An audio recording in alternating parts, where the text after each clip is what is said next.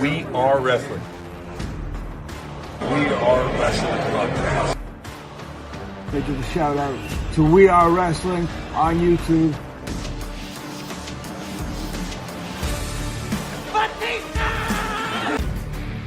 You're watching We Are Wrestling. Stop!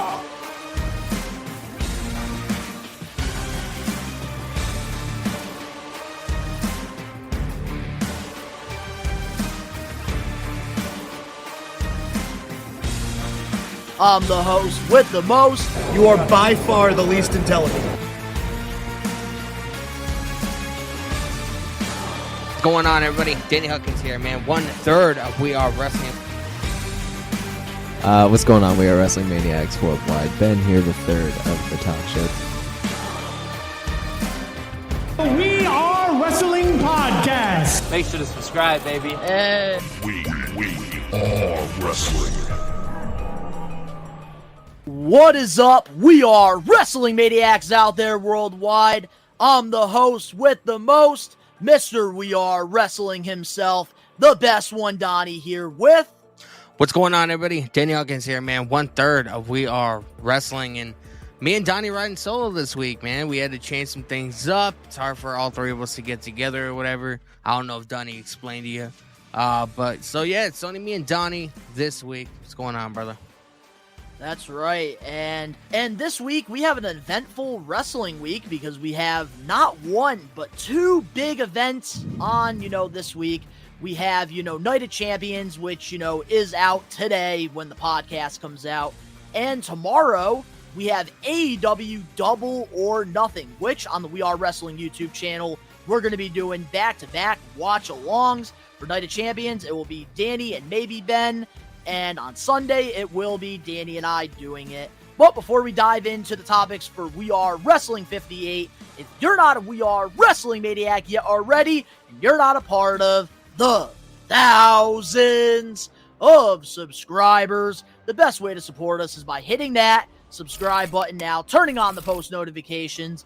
Videos be coming out of nowhere like an RKO. And of course, you already know the grind is real. And before we dive into our topic 6 this week, Danny, you mentioned something about the whole, We Are Wrestling, schedule with the podcast, because we haven't really had you, me, and Ben on here, and I haven't updated the We Are Wrestling Maniacs that are listening or watching about that. And honestly, I think, to start the podcast off, I think we definitely should talk about it, because that's one thing we like to do here on, the We Are Wrestling podcast. We like to, keep our fans, in the loop of things. And right now, we're all working completely different schedules outside of, the content creating. I'm working first shift Monday through Friday. Ben's working third shift. And, Danny is just on the grind 24/7. And we just haven't really had a perfect time that works for all three of us. So every week we're, rotating it now. I'm still going to be consistent on the show because I can work with both schedules for Danny and Ben.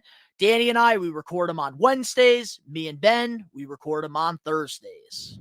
Yeah, so 1 week it'll be me and Donnie, 1 week it'll be Donnie and Ben. I feel like that's until we can get, the scheduling worked out, and, it's pretty much works best. So the time that the podcast comes out is remaining the same every Saturday. So that's not going to change. It's just, who's going to be on it 1 week. So 1 week it'll be me, 1 week so I'm on this week, next week will be Ben, and vice versa. That's pretty much how we're going to go. So, and sometimes it could be all three of us too, depending on how the schedule works. It could be all three of us. But that's really like the only major change, like as far as like when the podcast comes out. It's still going to be on Saturday unless, Donnie's busy on the weekend, then he'll have to like move a day or something. But that's really the only real change. So just keep looking out for the podcast every Saturday, man.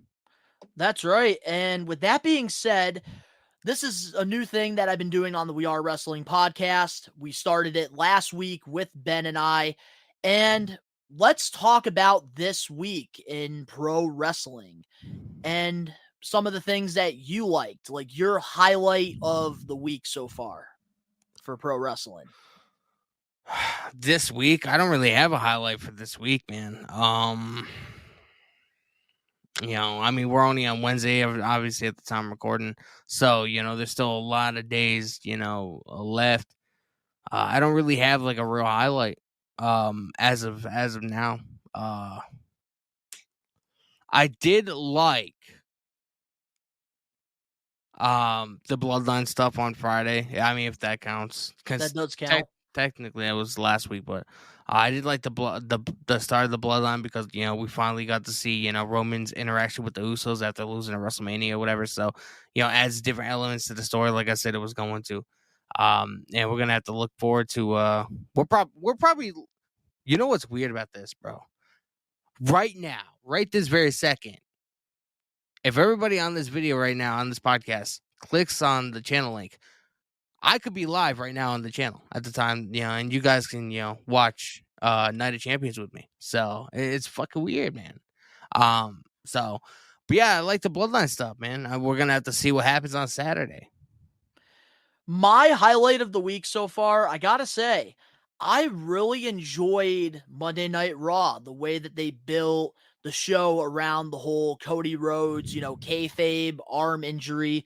And I gotta say, like, I love the intensity that this new Brock Lesnar is bringing, and they're really furthering this storyline. And I gotta say, I'm really getting behind it.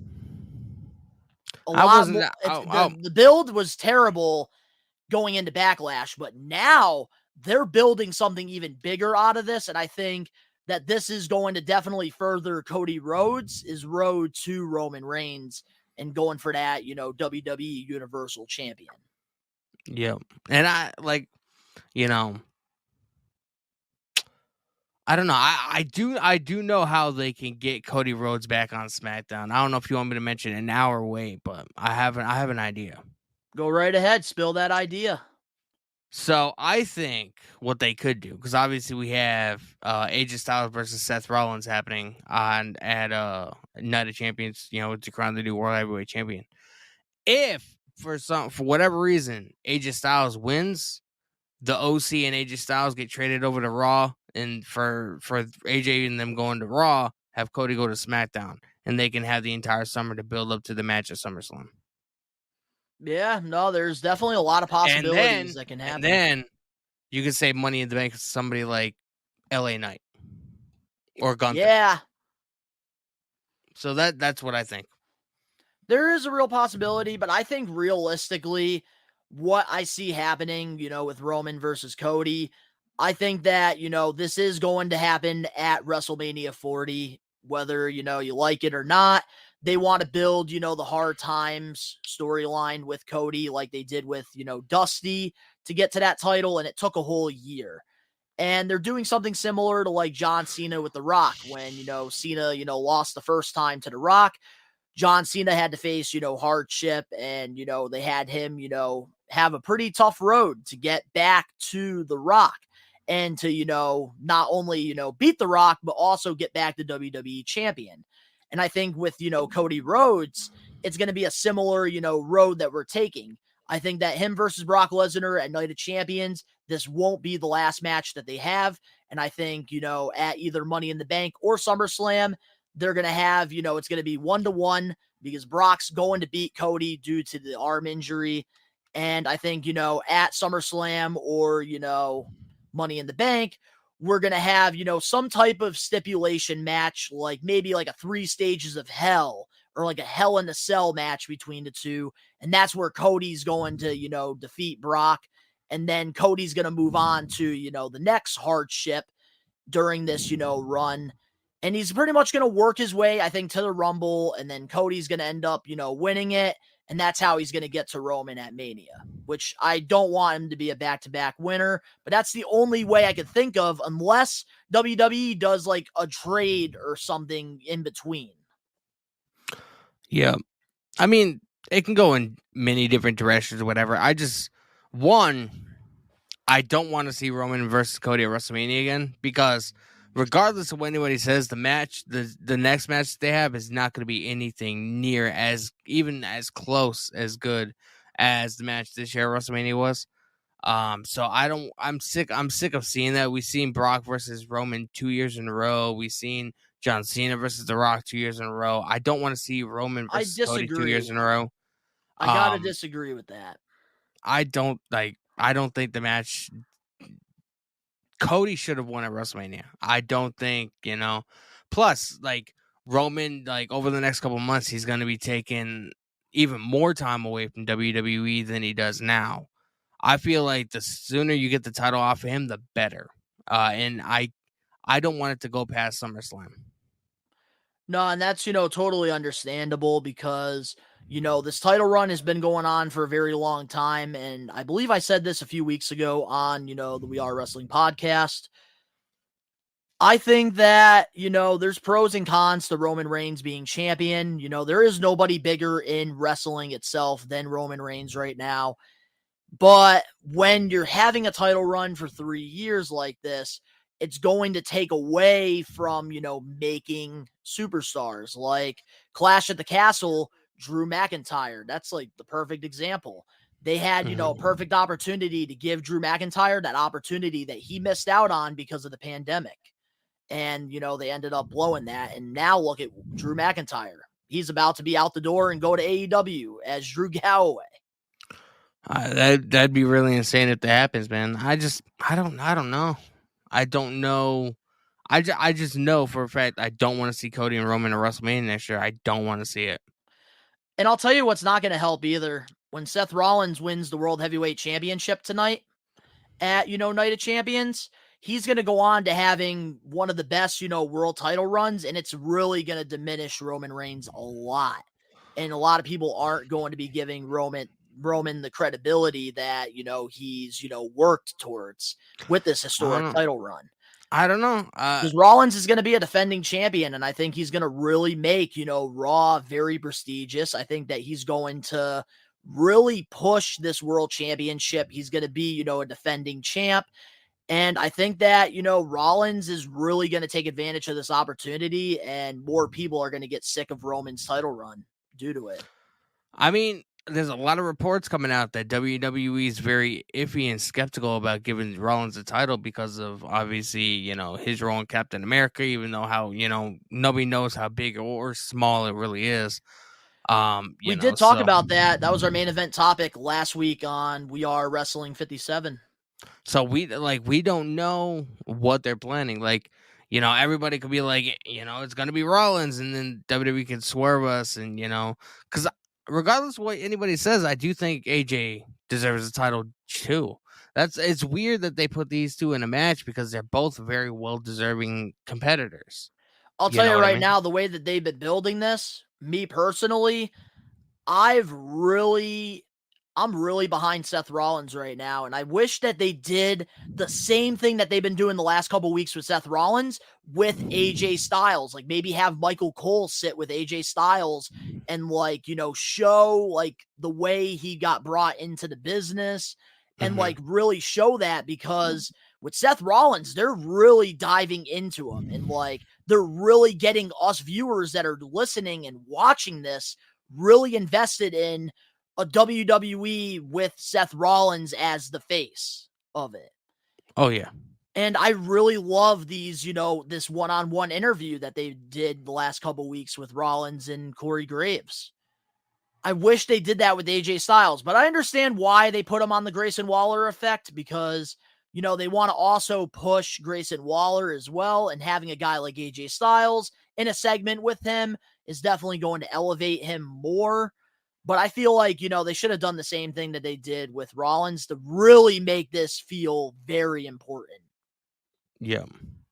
So, I mean, this match can go in any direction. It's just, they're making the most out of it, Yes. Because obviously AJ's on SmackDown, Rollins isn't on Raw. You can't have the cross brand this soon anyway. Even though Shotzi Blackheart was on Raw Monday, and technically she's a SmackDown superstar. She got drafted to SmackDown, so it's a little fucking weird to me. But yeah, I don't know what the fuck they're. WWE has no idea. They don't know if they're coming or going at times. Yep. This whole draft, I feel like, was a giant waste of fucking everybody's time. Yeah, for the most part, I got to agree with you on that. But yeah, my highlight of the week definitely had to be, the whole storyline with Cody Rhodes and Brock Lesnar because they really got me invested now. Your highlight of the week was, what was it The again? the bloodline, man. And there's the beginning of SmackDown on Friday. That's right. And, now let's get into the topics for this week's episode of the We Are Wrestling Podcast 58. So, our first topic, we have Dark Side of the Ring is going to be returning to Vice TV on Tuesday, May 30th. And this is season 4 of the show where, they try to show the dark sides of, professional wrestling. Mhm. And I'm going to name the episodes that we can expect to see on, season 4 of, Dark Side of the Ring. And I want to know what you think about it. So here are the 10 episodes that we could be expecting for this season of Dark Side of the Ring. We have an episode with Chris Candido and Tammy, aka Sunny, Magnum TA, Adrian Adonis, Doink the Clown, which I think that is Matt, the original guy that played Doink. Matt Osborne, I think his name is. He was a Matt really Osborne. He died of a drug overdose. He was a really bad drug addict back in the day. Junkyard Dog, Marty Jannetty, Bam Bam Bigelow, Abdul the Butcher, Bash at the Beach 2000, and the Graham family.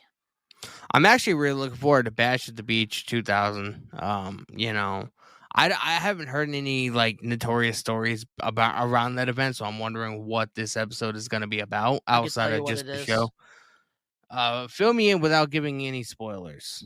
Okay, so Bash at the Beach 2000, this was a WCW pay-per-view that happened, and there was a lot of creative issues going on at the time because Eric Bischoff and Vince Russo, Turner Network, they kept switching the two for creativity, and this is around the time where Vince Russo was running WCW, and his goal was to, push their homegrown talent, push their younger talent, and guys that are consistently on TV and not part-timers like Hollywood Hulk Hogan. So the whole plan for Bash at the Beach 2000 was for Booker T to win the World Heavyweight Championship that night. And Hulk Hogan, in his contract, it has a thing where any creative decisions regarding Hulk Hogan has to be made by Hulk Hogan. So if Hulk Hogan doesn't want Booker T winning the championship, then it's not going to happen because that's what Hulk Hogan's contract states. So it became a situation where Hulk Hogan, they kept pitching him ideas. He kept, denying it. He, wasn't invested in what they had. And they had, a lot of disagreements because Vince Russo, had something against Hulk Hogan, which is what a lot of WCW people said in, reports. And what happened was Jeff Jarrett was supposed to face Hollywood Hulk Hogan for the World Championship. And what happened was Jeff Jarrett, went into business, for his buddy Vince Russo and, laid on the floor. Hogan, got the 1, 2, 3. And pretty much, Hogan had the title because Vince Russo was trying to make an example out of him. And Hogan threw the title and pretty much said like, oh, this is why WCW is going out of business, brother. This and that. And it was legitimate. That was Hulk Hogan's last, pay-per-view in WCW. Last time we saw him. And then, Vince Russo came out and did a shoot promo and like came at Hulk Hogan badly, which caused legal issues between the two. And then Jarrett fought Booker T, and then Booker T ended up winning the title. And yeah, there was a lot of chaos during Bash at the Beach 2000. I want to see some of those fucking shoot promos and stuff like that. They were actually on the show. Yep, Vince Russo went on and went into business, putting all the boys in the back over and pretty much burying Hulk Hogan. Well, I mean, Hogan ended up suing him because of it. Hulk Hogan does I don't know the guy, obviously he's a legend, Hulk Hogan is one of the very few guys that transcends past pro wrestling and sports entertainment. Like, he had cartoons, he had cereal boxes, he had this, he had that. Hogan knows breast, brother. He probably had fucking Hulk Hogan vibrators for all we know back then. Like, Oh my God, you almost made me choke on my water. It buzzes and say, "Hey, brother." Oh, brother.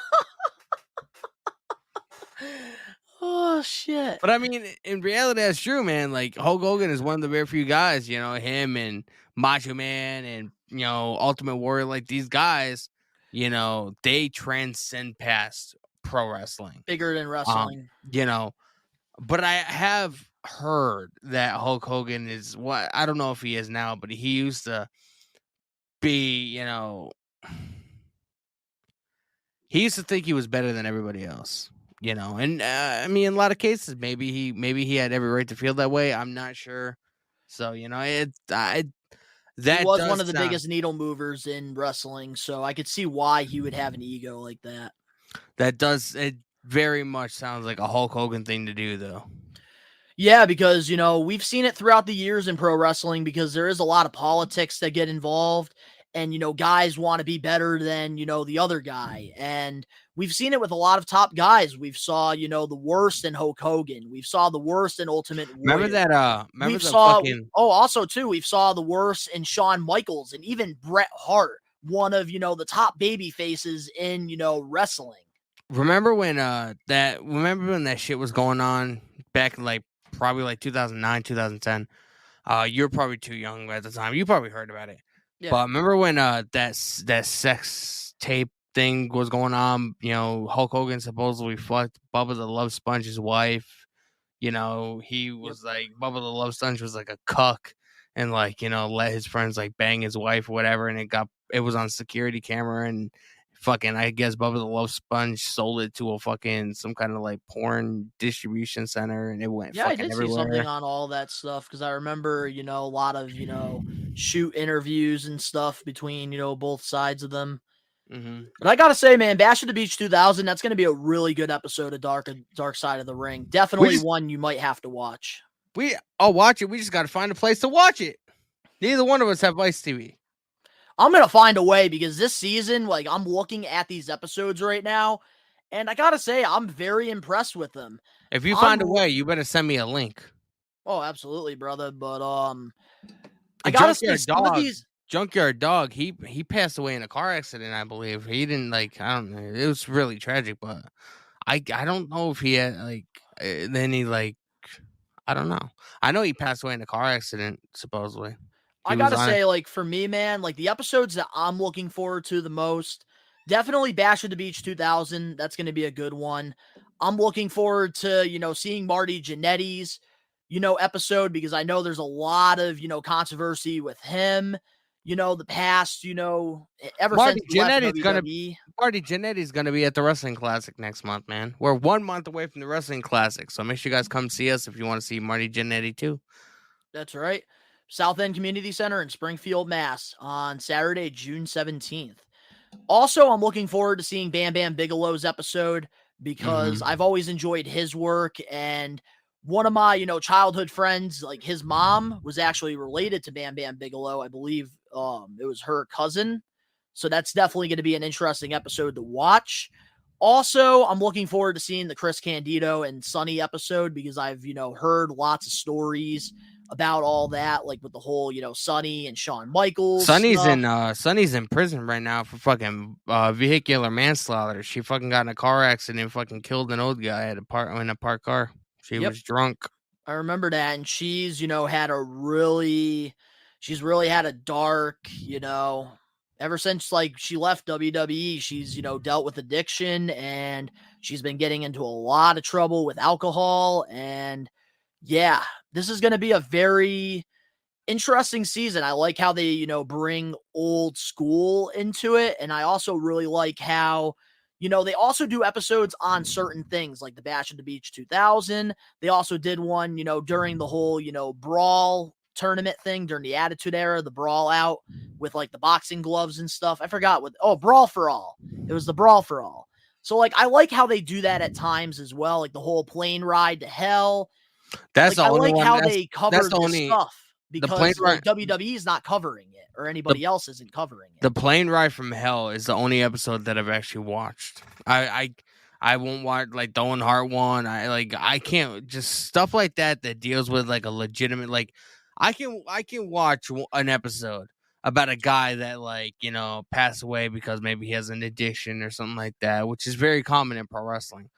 But for a guy to pass away because of a freak accident and stuff like that, I can't watch that kind of stuff. You know what I mean? You want to know why I watched that episode with Owen Hart? Because there was a lot of, you know, drama with, you know, Bret Hart and, you know, the Hart family and, you know, Owen's wife. And a lot of people in the wrestling community would, you know, they were taking Bret Hart's side of it. Like, why isn't, you know, they're allowing Owen to be honored in WWE, this and that. And with Dark Side of the Ring, we got to really hear Martha and, you know, like the kids with all the pain they had to go through during that, you know, traumatic time in their life. And we got to understand why Martha doesn't want WWE to make profits off of Owen Hart. And like, even, you know, showing the scaffold thing that broke, that like, man, that hit me in the feels, man. I cried during that. And even with like Chris Benoit's episode, like we got to, you know, hear from his son, David Benoit, who's still alive, and like a lot of the stuff that he had to deal with, you know, after Chris Benoit died. That's David. That's the one that Chris Van Vliet interviewed, right? Bro, Yeah. He looks like a spitting image of his father, bro. Oh my God. Every time you look in the mirror, you think of your dad. I feel so bad for that. But here's the perspective that I want you to look at it from. Dark Side of the Ring, it's very sad because it's like, you know, covering a lot of like the bad in wrestling. But no, hear me out real quick. But here's the thing that I like about Dark Side of the Ring. They're giving a platform for people like Martha and David Benoit to, you know, share their story to the stuff that, you know, traumatically happened in pro wrestling. Because before that episode of Owen Hart came out, everybody hated Martha and hated how she, you know, wouldn't let WWE, you know, honor Owen Hart because of, you know, profits and stuff, because that's where, you know, her husband died. But you got to really hear her side of it that, you know, we didn't get to hear. And now a lot of people understand and, you know, have love for, you know, Owen Hart's, you know, family, and they understand why they, you know, feel the way that they feel. I might have to check it out at some point. But definitely, man, I got to say, Dark Side of the Ring, if you're interested in, you know, watching the show, it's on Vice TV. It'll be coming out, you know, new episodes every Tuesday starting May 30th, which will be this upcoming Tuesday. Definitely not going to want to miss it. But do you know what the first episode is? The first episode, I think, is Chris Candido and Sonny, I think. Sounds about right. I don't know 100%, but that's like the first one that was on the list here. So I wonder if they'll add any. I wonder if they'll take some of the profits and add them to fucking Sonny's, you know, some money in her fucking account while she's locked up in fucking jail for murder. I hope not, but we'll have to wait and see. But guys, we'll be right back with more We Are Wrestling Podcast 58. Saturday, June 17th, 2023, both Captain's Corner and Zombie Hideout are bringing professional wrestling back to the New England area with the Wrestling Classic 3, which will be a wrestling convention bringing in some of the best wrestlers throughout the years at this event in Springfield, Mass. at the South End Community Center. You can meet Hall of Famers Kurt Angle, Lex Luger, DDP, AEW stars, The Guns, and so many more classic stars to be announced on Saturday, June 17th. And for the first time ever, We Are Wrestling. We're going to be a vendor. We're going to be working with Zombie Hideout and Captain's Corner with this event. Best One Donnie has had the opportunity to go to both the Wrestling Classic 1 and 2. And let me tell you, the Wrestling Classic 3 is going to be like no other. And if you want to, you know, have an opportunity to meet some of the best in the business, they will be in Springfield, Mass. on Saturday, June 17th. South End Community Center in Springfield, Mass. Also, the We Are Wrestling team will be there with a table. We'll be having merchandise, and we'll also be giving away some stuff as well. And of course, you already know, we'll be vlogging as well. You're definitely not going to want to miss this event. Get your tickets now. We're back, and our next topic on this week's episode of the podcast, we've heard these reports, since 2019. WWE is considering the idea of making Monday Night Raw's third hour more adult themed. What are your thoughts on these reports, and do you think Triple H can make this third hour being more adult orientated work? Bro, I've been hearing these reports came out a couple months ago. I've been hearing them on and off for a couple of months. I don't think Raw should be 3. I don't think Raw should be 3 hours. What could they possibly do in that third hour, to make it more adult oriented, bro? There's still kids in the audience. Yeah, that's something I did see on, the wrestling Twitter. It's like, okay, so at 10 o'clock, do all the parents bring their kids out of the arena and we get the adult, themed Raw? It doesn't really make sense like that. It really doesn't. And I don't see parents allowing their kids to stay up until the show's over unless they're actually there. Yeah, and I can tell you from going to Monday Night Raw back in, I think it was 2022 or 2021. Yeah, it was last year you went with Jordan and them. Yep. So I gotta say, man, seeing the crowd, a lot of them were parents and kids. And that's why I always say, the hardcore fans, they're not at the wrestling shows. We watch it on TV or we're at the pay-per-views. When it comes to the actual TV shows, it's the casuals in WWE. AEW, they always have a hardcore fan base, but there are, parents with kids going to those shows too. I bet you they but don't. Not as much as WWE. I bet you they're not recurring customers though if they don't know what AEW is. I think some of the parents don't care that, bring their kids to these AEW shows.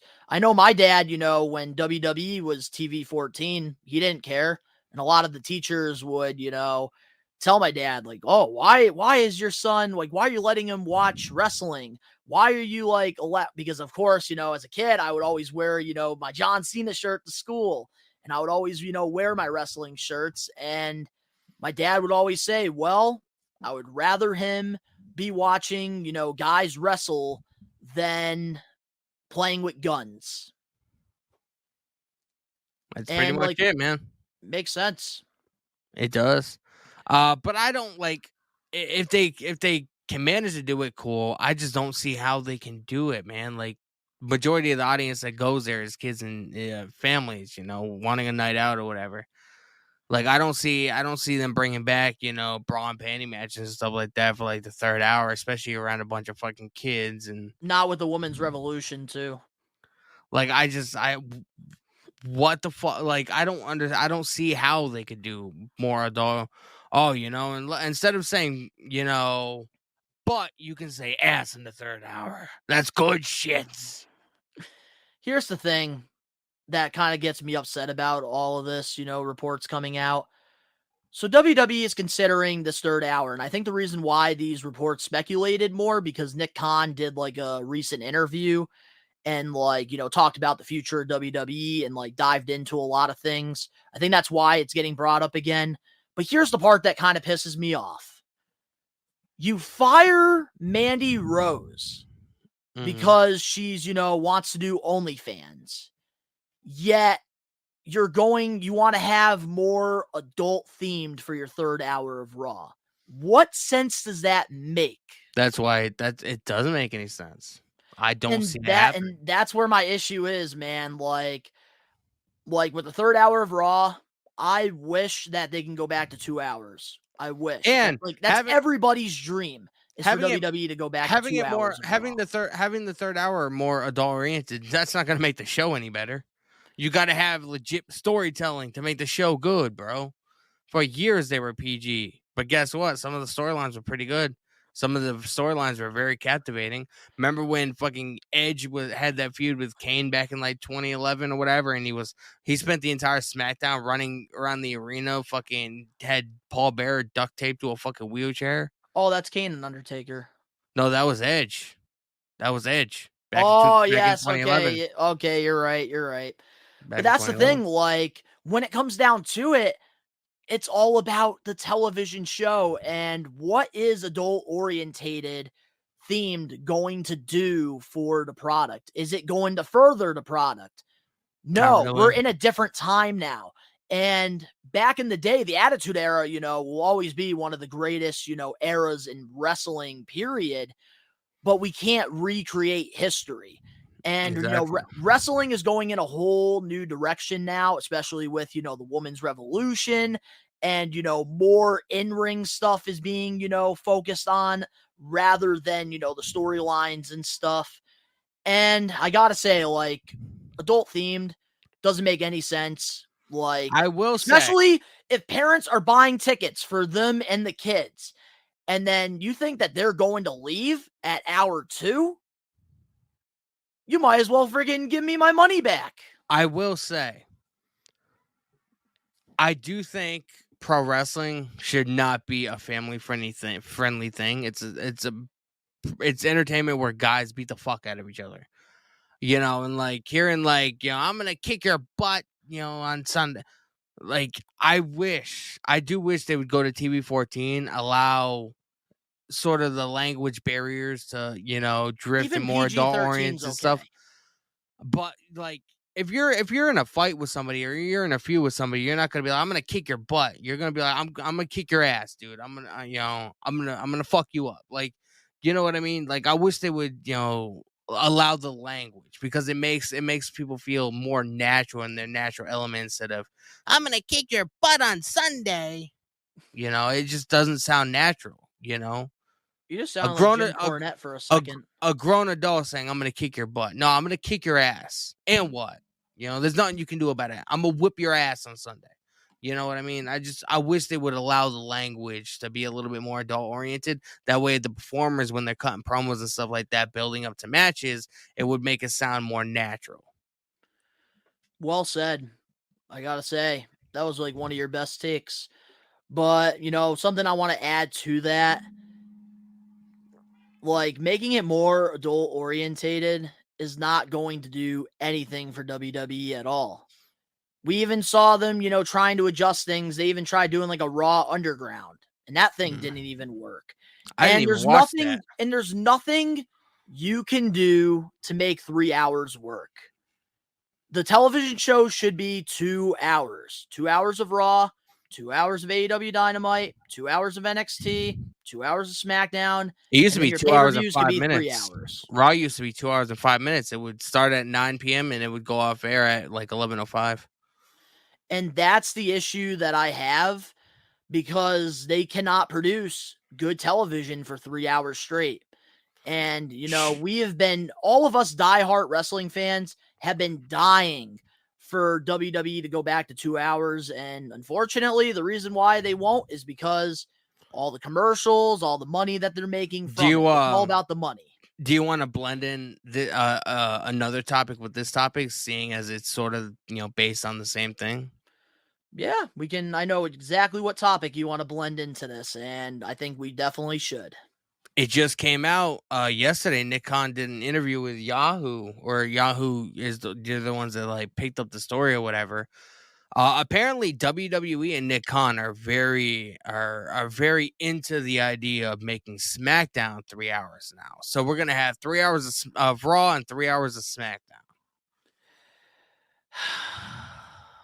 It's all the advertisement money, bro. It's all about the money at the end of the day, and it's so annoying because 3 hours is just too long for a television show.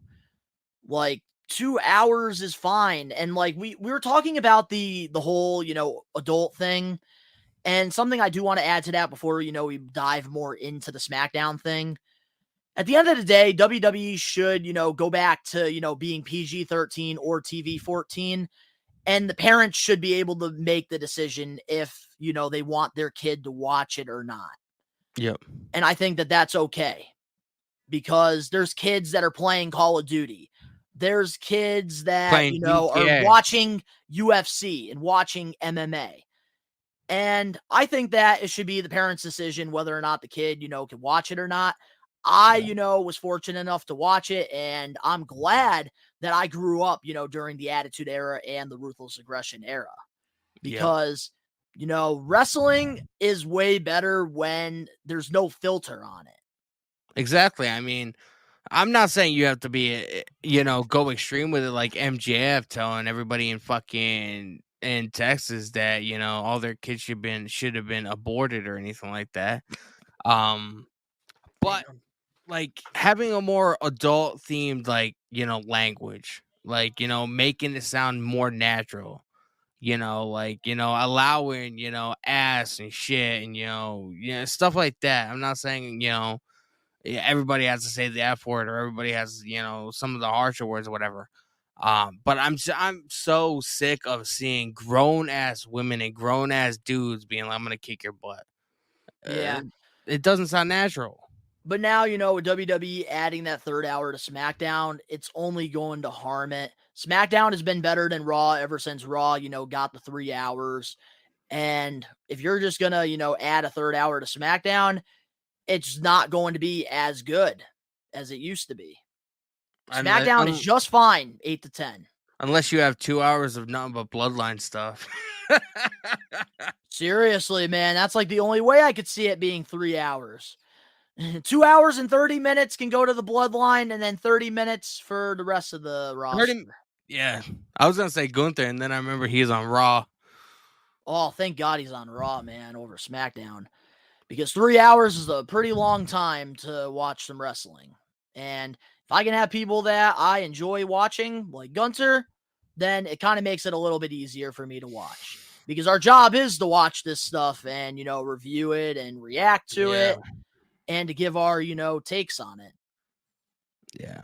Subscribe for our misery. It'll ease the pain a little bit. It's like painkillers, man. Every time you subscribe, it eases the pain that we have to suffer watching this bullshit. Or if you're a listener, follow us on, Spotify or Apple Podcast. Hey, man, my voice loves being downloaded, bro. So download the fuck out of us, man. That's right. And guys, we'll be right back with more We Are Wrestling Podcast 58. One thing We Are Wrestling recommends you to do is support your local independent promotions. They are the stars of tomorrow. And you never know, sometimes when you go to these shows that might only have 10 to 30 people, you could be seeing the next future WWE champion. Maybe even the next AEW star. And through the years, I've always been a huge advocate to supporting independent wrestling. And you can't go wrong. It's a cheap night out, you get a good time with the family, and you get to watch some good old wrestling. Independent wrestling, that's where usually a young professional wrestler starts their career. And having these opportunities to perform in front of crowds is a great way to get exposure to where they will eventually be on your television screen watching them every week. We recommend you guys to support indie wrestling. And every week on the We Are Wrestling podcast, we love to pick one random YouTube comment and showcase it for our comment of the week. And this week, the winner is at KBanks434. And this was on one of my, AEW Dynamite reactions last week, Sammy Guevara's babyface promo reaction. And one thing that I did, during this whole thing, I was very upset that there was no reactions to Sami Zayn. Like, it felt like the crowd was dead. And that's something I believe I said in the reaction. Well, at KBanks434 said, and I quote, "The crowd wasn't dead. I was there," with the crying emoji. Hey, man. How do you feel about that segment with Sammy Guevara? last Wednesday? I didn't mind it, but I didn't really care for it either. It wasn't like, I don't know. Like, it was good. I liked, obviously you're probably talking about, after he, I think he was beat Lee Moriarty or whatever. He was talking about how he wants the AEW World title, which I think is, we're going to carry on into, having some kind of backstage segment with Jericho and Sammy. And, Sammy's going to be like, I'm going to bring the title back to JAS, and he's not going to do it. And, it's going to lead to a match at Wembley Stadium, possibly between Sammy Guevara and Chris Jericho. Yeah, and we said that, on our AEW, double or nothing predictions, which if you guys want to listen or watch that, recommend you guys to go check that out after this podcast. But I do think that, maybe the crowd wasn't dead during it, but you have to realize we're viewers, most of us. We're watching the product, on our, television screen, and we're not there. And a lot of the times, on TV, things don't come out the way that they do in person. Like, in person, it could be, electric. But on TV, the producers, they can lower down the electricity and, it could just feel boring. And the crowd was great for, I'd say most of the show. But that Sammy Guevara promo, I know what the goal was. The goal was for Sammy Guevara to go out there and try to cut a babyface promo because they want him to go back to being that underdog. And he didn't, execute it properly. Like, he cut this great promo. I was behind it, but it felt like the crowd wasn't behind it. And maybe I used the wrong word during the reaction, but I figured, I would give, K-Banks 434 the comment of the week, because a lot of us, wrestling podcasters out there, we really don't talk about, the differences between being in a live crowd than being, watching it from, our television screen. There's a huge difference. There's a huge distinction, man. And, if seeing something over, getting over and getting a good reaction live is a lot different than, on your television. So, because, you have commentary, commentators talking, and obviously people in the audience aren't fucking mic'd up or whatever. So it's not going to have really, really clear audio, so. Mm-hmm. And we want to congratulate at KBanks434 for the comment of the week. And if you want to enter, the We Are Wrestling comment of the week, all you have to do is go to our YouTube channel, We Are Wrestling, and comment on any of the videos. That is how you enter. And I wonder if there is any, winners from, the comment of the week that has, listened to our takes on their comments. Because we haven't gotten one yet. I don't know, man. I'd be paying attention to them comments. But moving on now to our next topic here. There's been an injury bug going around in, pro wrestling, specifically with the women wrestlers. So, there's reports that Liv Morgan will be getting surgery on her shoulder. That's why she had to relinquish, her tag team championship.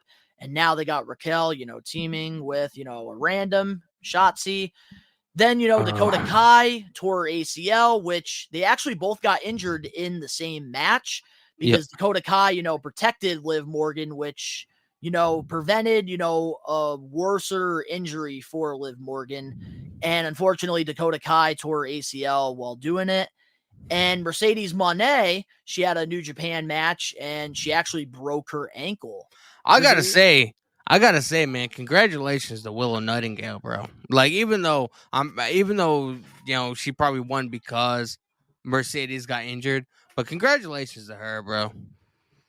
Yeah, and there's a little bit of an injury bug going around. And should the wrestling community be concerned? Because usually in pro wrestling, when one person gets injured, it's a domino effect.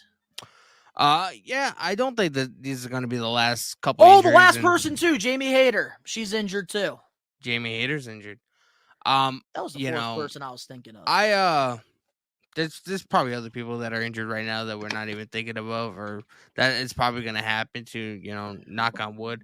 But it's that time of year, pro wrestling is not ballet. Pro wrestling is not, we're gonna film this like filming a movie or whatever, to where you're in 98% of the show or the scenes, but you have a stunt double, so you don't have to fucking brace for that impact.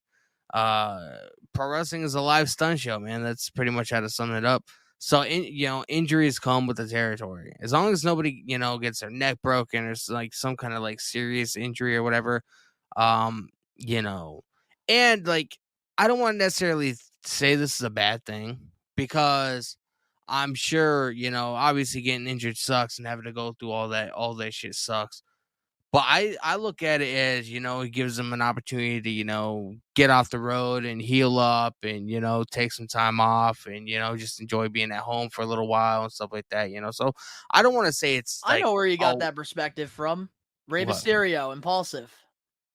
Because he mentioned how, like, the injuries, it was kind of a blessing in disguise, because he would be able to give his body a break and He he'd did be say able that. to be with his family. He did say that. I wasn't even thinking about that, to be honest with you.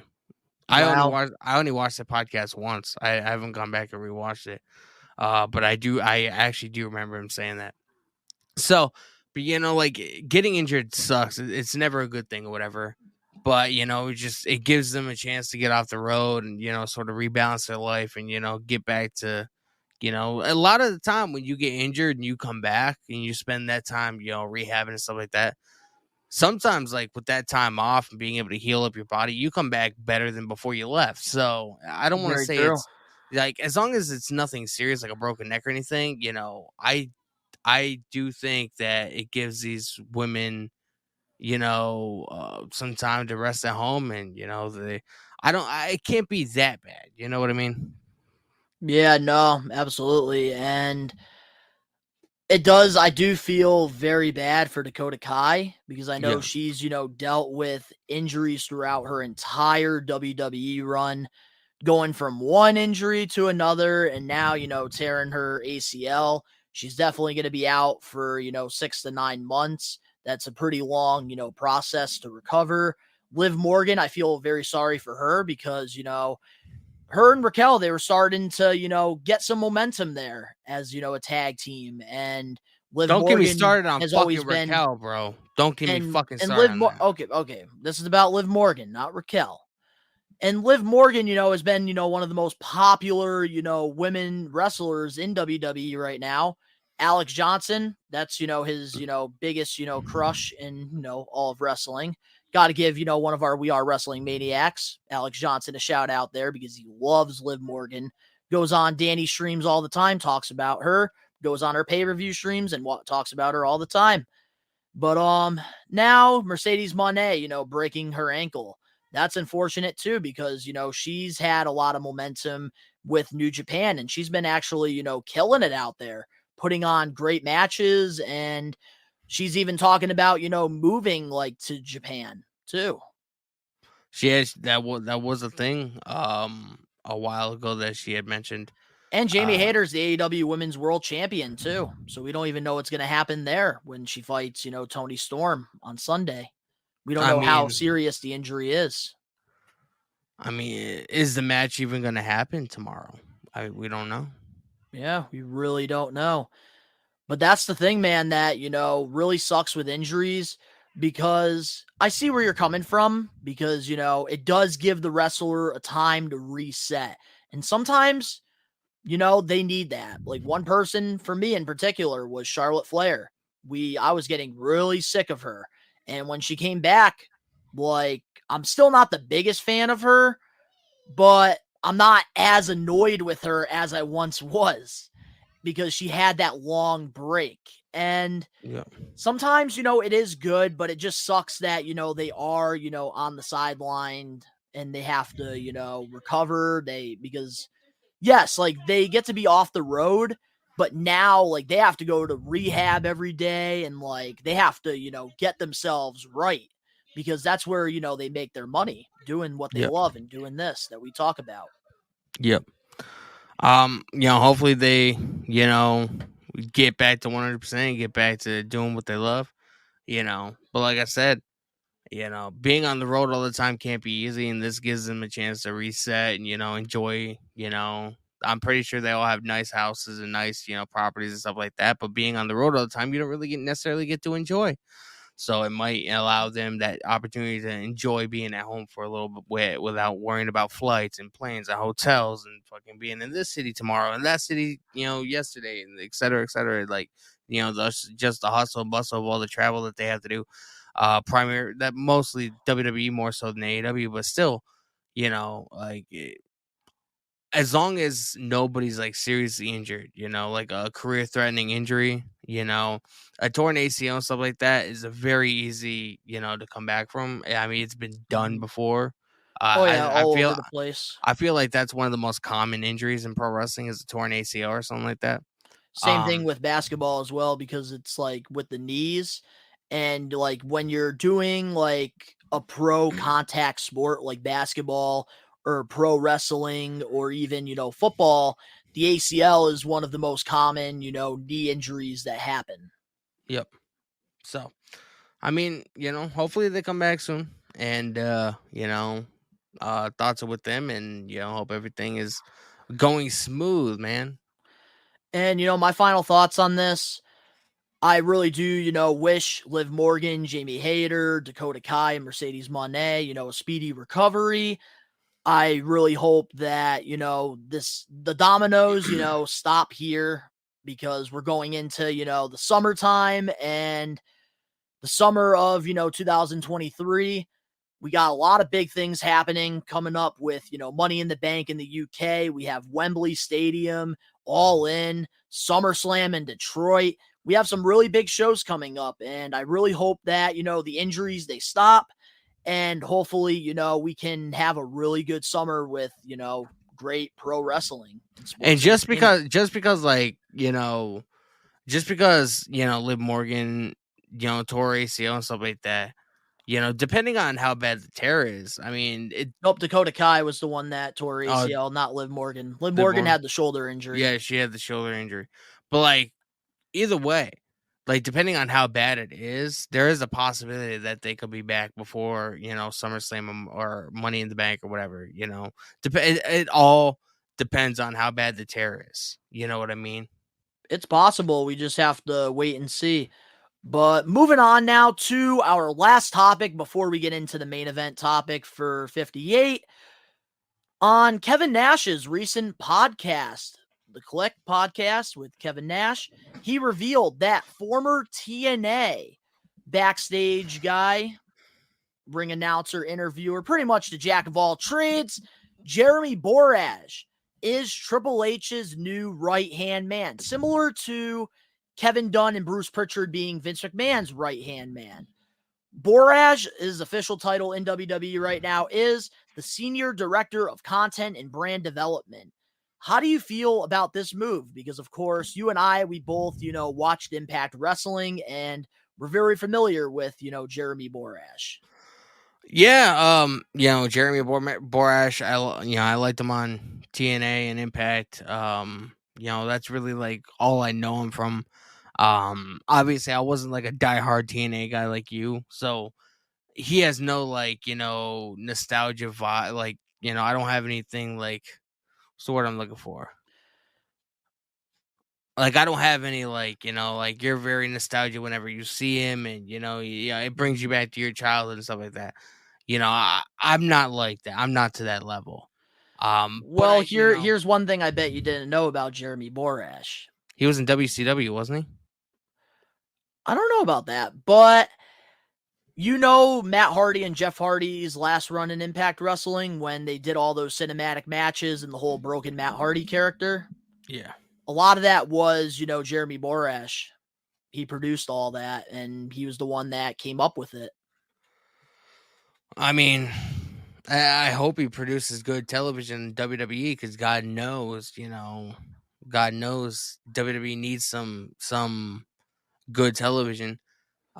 Isn't his job title that he is now, wasn't that Jeff Jarrett's before Jeff Jarrett got fired or something, or left, or whatever it was? Yeah, the senior director of content and brand development. Yep, that was Jeff Jarrett's, former job title. And I'm pretty sure Jeff Jarrett had an issue with Jeremy Borash at one point in TNA. So Jeremy Borash pretty much took Jeff Jarrett's job. Well, they've always been super close to them too. They've always had, respect for one another. Yeah.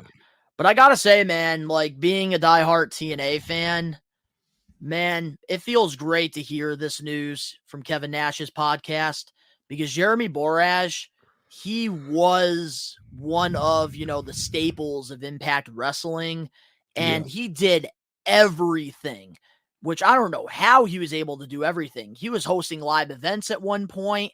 He was, being, a ring announcer. He was doing interviews backstage. He was doing, producing. He was, really doing everything, doing all the YouTube exclusive shows.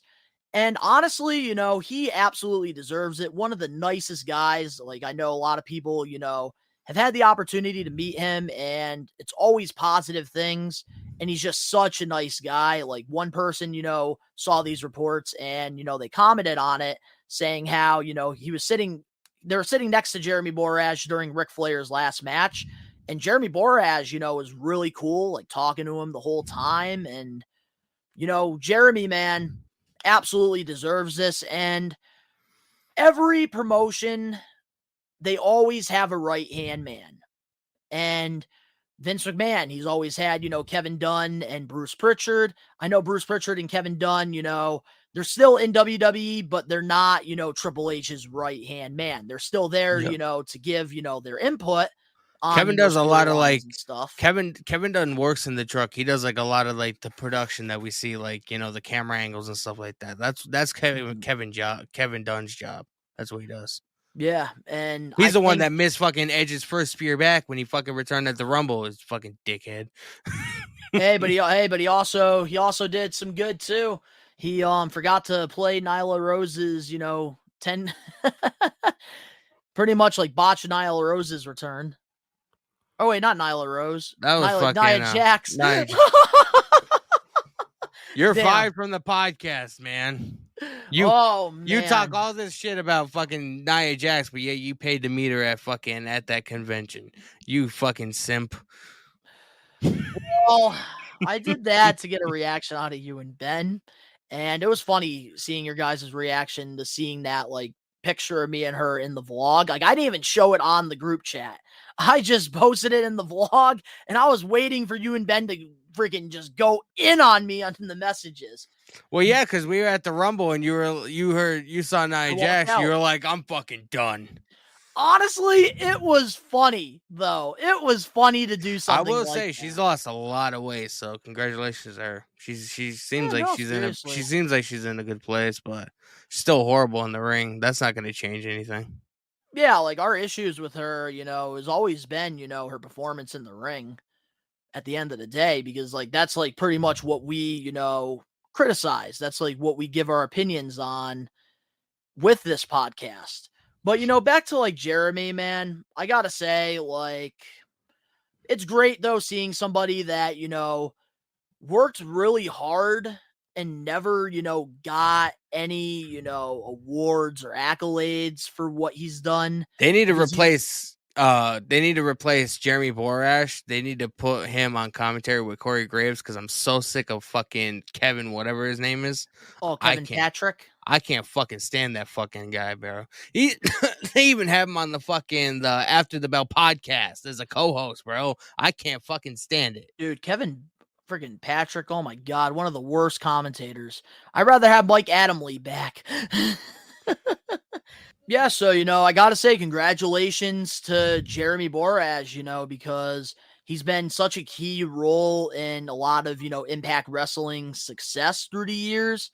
And, for him to get this, promotion and being a key, like, role player to Triple H's, WWE, and, having him as the right-hand man, you can't pick a better person than him. I gotta say congratulations. Congratulations, Jeremy B, man. B Rabbit. Remember Eminem B Rabbit and fucking 8 Mile? Let's go. Yes, I do. I actually have a Funko Pop of that. Oh, God. Of course you fucking do. I paid retail price for it, and it's gone up now. It's at like $155. How much was retail? Oh, dude, I only paid like $13 for the pop. Damn, bro. A lot of that shit. You better one of these days you need to fucking spend a day to where you go through all your Funko Pops to see how much each one is worth. You're probably sitting on a gold mine. If I was into Funko Pops, we could start a Funko Pop fucking podcast. Yeah, but unfortunately, Funko Pops are going down, and I talk about that a lot on my Best One Donnie YouTube channel if you want to hear me rant about that type of stuff over there. And I do a lot of unboxings with wrestling figures and Funko Pops and collectibles. Pretty cool. But with that being said, it's time for the main event topic for this week's episode of the We Are Wrestling Podcast 58. And I'm glad that this report came out like 20 minutes before we started recording this, because I really didn't know what was going to be our main event topic because of how like we were a little exciting flustered, the man. topics are this week due to the pay-per-views and stuff. Yep. But WWE is reportedly expected to be making cuts to talents within the next 6 weeks. The reports state that a minor batch of releases will take place before July 1st, but no names have been confirmed at this time. What are your thoughts on this? And after, I want to talk about who we think should be some of those guys that should be cut. I'm pretty sure it's pretty much common practice once, a company gets sold, they shut down some divisions, they acquire some of the losses and some of the money that they spent by letting some workers go and stuff like that. So it's pretty common. It's not like this is the first time it's ever happened. But I will say, man, I feel like this is a habit that WWE is getting into to where, they'll hire people for 2 years and then they'll just have one day to where they just have a fucking mass firing and a mass release and just release all kinds of people. So hopefully whoever this is, because no names have come out, so we don't know, we don't know the full details. But within the next 6 weeks, man, we're gonna have a lot to talk about over the next couple of weeks or whatever on the podcast and extras and stuff like that regarding this mass release. I think we're gonna be seeing, because I mentioned this on my Raw stream on Monday. Maxine Dupree, she's starting to wear clothes that have stars and resemble, Alpha Academy on her clothes and stuff like that. And we haven't seen the rest of the Maximum Male models. So I do think Mansoor and Mace are going to be getting released. I do think Maxine Dupree, they decided to keep her with Alpha Academy and not break them up. Yeah, because Chad Gable and her have really good chemistry. Same thing with Otis and her. And like she shook Chad Gable's hand when he got the win on Monday night or whatever. So I could see them getting released. I could see Angel Garza getting released because they don't really necessarily use him. I could see Akira Tozawa getting released. Like a lot of the lesser known guys that you don't necessarily see on TV all the time, I could see them getting released. Hopefully it won't be anybody big. Like, one of the bigger names that we saw during the last match release was Bray Wyatt. That came out of left field. Like nobody's expected that. Oh yeah, I remember that day. I fucking ranted. I don't even know if that video is still up on here. Oh yeah, you should find it. I posted it for like a throwback Thursday or something. Hopefully we don't see anybody big or anybody of like, main event stature getting released or whatever. But you never know. They're gonna want to recoup some of the money during the sale. Which means like a lot of the bigger name contracts. Like somebody like Angel Garza or Akira Tozawa, they're not making this. They're not making the same amount of money as somebody like AJ Styles or Finn Balor or Damian. I would hope Priest not. you know what I mean? So they're gonna want to release people with the bigger contracts before people with the smaller contracts. That way they recoup some of their losses.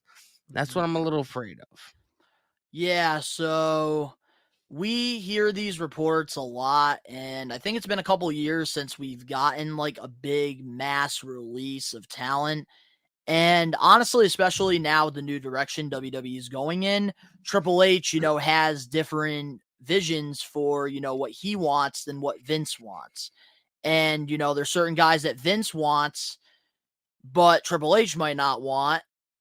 And now it's like, the same thing. And I think there's really nothing to worry about here. I think that, it's time to cut some of the dead weight. It's been a while since, WWE has done, a mass release. And there's a lot of guys I feel like that definitely deserve so much more. And one of, the guys that I could definitely be seeing in this mass release are the tag partners for Joe Gacy, who have been, asking for, their release, getting out of their contract. I could see, them definitely being one.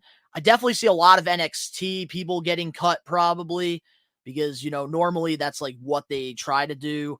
But like at the same time, like there's always a balance. And I feel like WWE and AEW just don't have a fucking balance when it comes to this shit. Like AEW does too much blood. WWE does no blood. There's nothing in between. And the same thing could be said when it comes to the way that they do business when it comes to, releasing talent. WWE, they, release talent once or twice a year. They do like a whole big thing. And AEW, they just let the people's contracts run out. I think that like there's really a balance there. I think it's okay for people to do releases because like you have to continue to evolve your product. And if you have a lot of dead weight and guys that you're not utilizing or using properly under your books, that's just money being wasted at that point. But the thing that concerns me about these, mass releases are some of these Triple H guys, because I know that a lot of them are making a ton of money and some of them have not really transitioned well with the main roster. And that's something that I'm really concerned about. I think a couple people that are definitely safe that are Triple H guys, Bronson Reed, he's not going anywhere. I think, Johnny Wrestling, he's not going to go anywhere. But now a guy like Karrion Kross or Bray Wyatt, that's what scares me. Bray Wyatt's not even listed on the internal roster anymore. Nobody knows what's going on with him. And that's the part that concerns me a lot because we know Karrion Kross and Bray Wyatt are making a ton of money. And Karrion Kross, like he had a great feud with Drew McIntyre. And then after that, he's been really lost in the shuffle. He's going to be starting a feud with AJ Styles. He had a promo on a backstage thing on Friday, and he held up a card. He called him Allen, but he held up a card and it was AJ Styles. So he dealt with Shinsuke Nakamura. Now he's going to AJ Styles. He's running the gauntlet, trying to figure out where he fucking wants to go. It's like spinning a wheel, and then whoever it lands on, that's who he feuds with for 3 weeks, and then loses, and then it's on to the next card. I mean, it's like you're spending money, you're playing blackjack, and you keep losing. AJ Styles and Karrion Kross, though, they like if it's built, it could be a really good feud. Yeah, but like so far they have not really done that with him, and they need to. And that's the thing that just concerns me because I know how talented Bray Wyatt, I know how talented Karrion Kross is. Last week I expressed, my frustrations about Bray Wyatt. Same thing with Ben. And we really dived into that with the whole, internal roster topic. Definitely recommend you guys to check that out.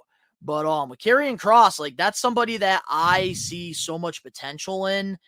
And like, it's just not working right now. And it sucks because I know Karrion Kross has the talent. The way he was booked in NXT was fantastic. The way he was built in Impact Wrestling was fantastic. AAA, fantastic. And I think AEW, he would be booked as a top guy over there. We saw him at Northeast Wrestling. He went up against MLW's Richard Holiday. Former MLW. Yeah, former MLW. But man, that's the thing that concerns me about these mass releases are guys that aren't being used properly that, are going to get released. Even though it's going to be better for certain guys long term, I just don't think that this mass release is going to be a big thing. I think a lot of people, are overthinking it because of what we saw the last few years. I think a lot of it's going to be NXT cuts and, guys like Humberto Carrillo and like Angelo Garza and just guys that just aren't being used at all, I think. Hopefully it's the maximum male models too. We need to get them the fuck off of television, bro. Mansoor was such a great character. Remember, they gave him a lot they gave him a lot of big showings at Saudi Arabia shows or whatever. Hometown guy. He grew up in Saudi Arabia, and I was in WWE, traveling the world, and now they have him into like this gay porn star, fucking supermodel gimmick that's and Mace, man. Moss. Whatever the fuck he is, bro. Oh my god, what a disaster his transformation was. No, that's the thing with like Moss. Like he's transitioned all over the place in WWE. He was training in the Performance Center. Then, they had him as a commentator for a couple weeks on Raw, but then, he wanted to get back into wrestling. So then, he did the whole Retribution thing that didn't work out. And, now doing the whole, Maximum Male Models thing, which I think could have worked under Vince McMahon, but Triple H has a whole nother vision for what he wants. And Maximum Male Models is not in Triple H's plans. Didn't I say Maximum Male Models was not going to work? And guess what? I was right about that too. People need to start listening to me more, damn it. And I think, that's the best way to end the main event topic and this week's episode of the podcast. Absolutely, bro. I'm wiped, man. To the listeners and to the watchers, let us know, in the comment section below what your thoughts are, on all the topics we covered this week. Nothing crazy because, of course, we have, the watch along to Night of Champions today. And tomorrow we have the watch along to AEW Double or Nothing. So there's really not a lot of crazy wrestling news, but let us know your thoughts on the topics we covered. If you guys enjoyed this podcast, make sure to smash that like button now or download this episode to show your support. If you're not a We Are Wrestling Maniac yet already, subscribe, turn on the post notifications, or if you're listening to the podcast on Apple or Spotify, follow us. All the links down in the YouTube descriptions below. You can go follow Danny and I on our social medias and other YouTube pages, all that down below. In addition, you want shorter clips, go check us out on Instagram, Facebook, Twitter, and TikTok. All the links down below. And of course, to all the We Are Wrestling Maniacs out there worldwide, we are taking over. Peace.